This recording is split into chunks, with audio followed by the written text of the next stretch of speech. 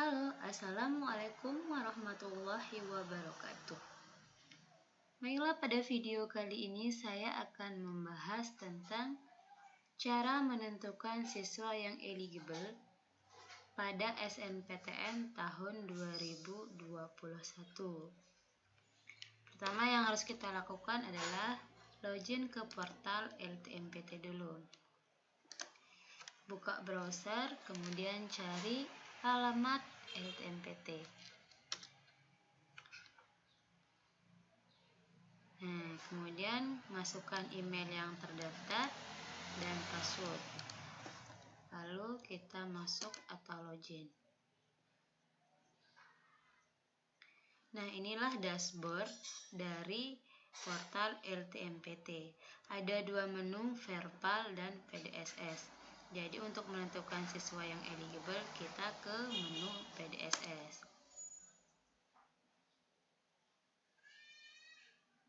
Nah, inilah tampilan dari PDSS. Sebelum kita lanjut ke berikutnya,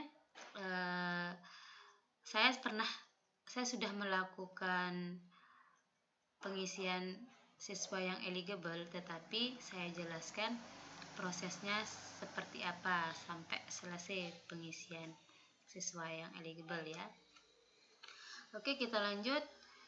Setelah tampilan PDSS muncul seperti ini, kalian harus mengecek profil sekolah terlebih dahulu. Jika sudah benar, maka kalian melakukan simpan. Di sini ada centang. Kalian klik, maka otomatis akan terkunci jika sudah melakukan simpan data profil sekolah. Tapi sebelum simpan, pastikan profil sekolah Anda tersebut benar. Jika sudah disimpan, maka otomatis terkunci.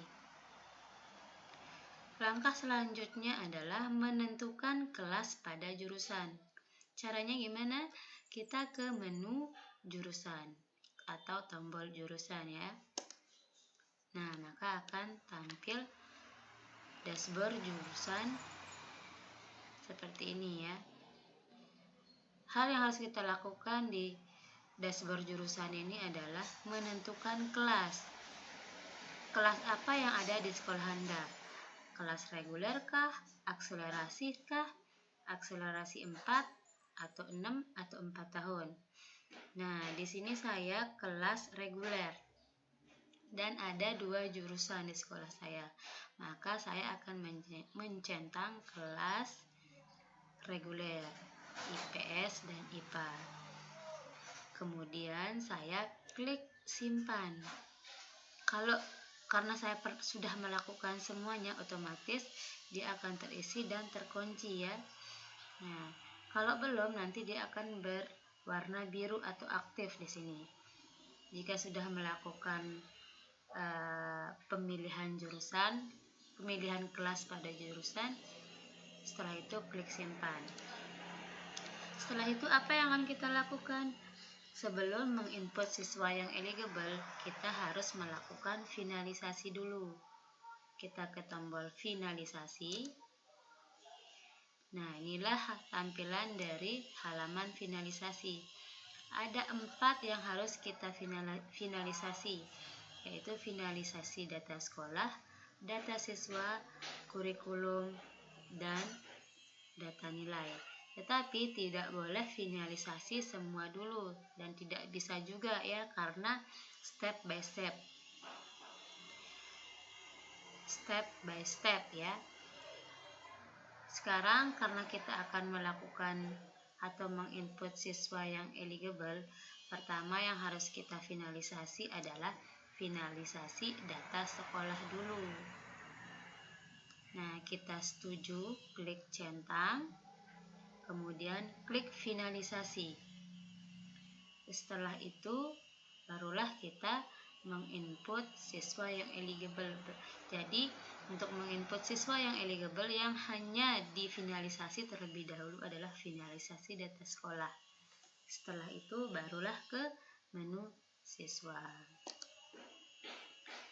Nah, disinilah kita akan menginput siswa yang eligible.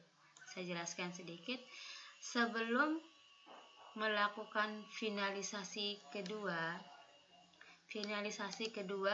dilakukan setelah menginput siswa yang eligible. Perhatikan ya. Jadi, di daftar siswa yang eligible, jika belum melakukan finalisasi kedua, maka yang ini dan jenis studi tidak akan muncul dan pengisian nilai tidak akan muncul. Yang ada itu hanya ranking, NISN, nama, dan hapus di sini ya. Tapi saya karena sudah melakukan semua itu dan melakukan finalisasi siswa yang eligible, maka otomatis dia akan muncul seperti ini di siswa ya. Selanjutnya untuk menginput siswa yang eligible, kita harus ada dua cara ya, bisa secara langsung atau manual dengan mengetik NISN di box tambah siswa ini, bisa dengan cara import data. Tetapi pada video kali ini saya akan menjelaskan cara menginput siswa yang eligible secara langsung. Caranya bagaimana? Ketik NISN siswa, contohnya 00230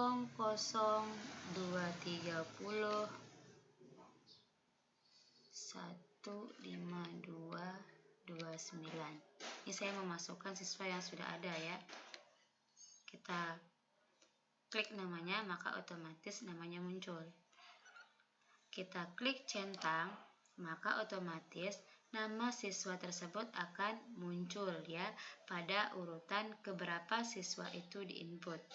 Karena siswa yang diinput pertama itulah yang menjadi peringkat pertama.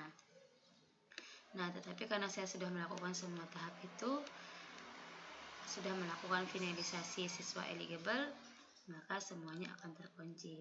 Nah, itu kira-kira cara menginput siswa yang eligible ya. Setelah penginputan siswa eligible, barulah ke finalisasi. Baru kita finalisasi data siswa. Ini kita finalisasi kalau kita sudah menginput semua data siswa yang eligible. Setelah kita finalisasi, centang dan klik finalisasi, barulah dia akan muncul menu ubah dan muncul jenis data pengisian nilai ya, setelah kita klik finalisasi data siswa. Nah, setelah kita finalisasi data siswa,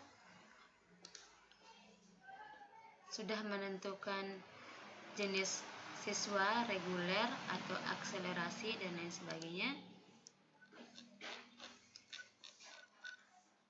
barulah kita klik finalisasi data siswa. Apa yang harus kita lakukan setelah klik finalisasi data siswa? Yaitu kita harus menginput kurikulum, menentukan kurikulum, dan juga melakukan pengisian nilai. Oke, untuk menentukan kurikulum dan pengisian nilai saya akan bahas pada video berikutnya.